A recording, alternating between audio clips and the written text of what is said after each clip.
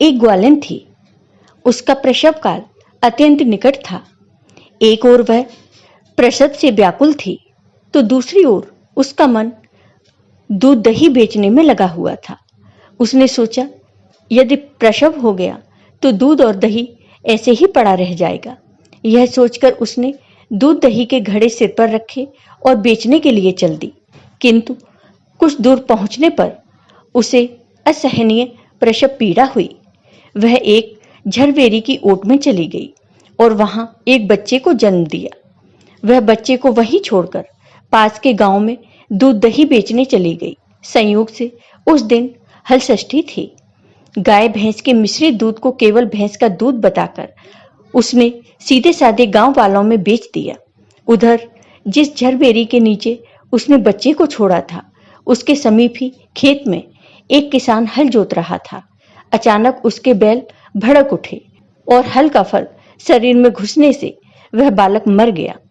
इस घटना से किसान बहुत दुखी हुआ, फिर भी उसने हिम्मत और धैर्य से काम लिया। उसने झरबेरी के कांटों से ही बच्चे के चिरे हुए पेट में टांके लगाए और उसे वहीं छोड़कर चला गया। कुछ देर बाद ग्वालिन दूध बेचकर वहां आ गई।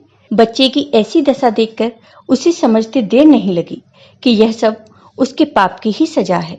वह सोचने लगी, यदि मैंने झूठ बोलकर गाय का दूध न बेचा होता और गांव की स्त्रियों का धर्म भ्रष्ट न किया होता, तो मेरे बच्चे की यह दशा न होती। अतः मुझे लौटकर सब बातें गांव वालों को बताकर प्रायश्चित करना चाहिए। ऐसा निश्चय कर वह उस गांव में गई जहां उसने दूध दही बेचा था।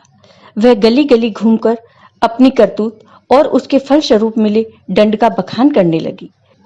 इसके बाद सभी के सामने अपना गुनाह स्वीकार करके वह पैर पकड़कर माफी मांगने लगी। तब स्त्रियों ने स्वधर्म रक्षार्थ और उस पर रहम खाकर उसे क्षमा कर दिया और आशीर्वाद दिया। इसके बाद हर छठ माता प्रसन्न हो गई और उसके पुत्र को जीवित कर दिया।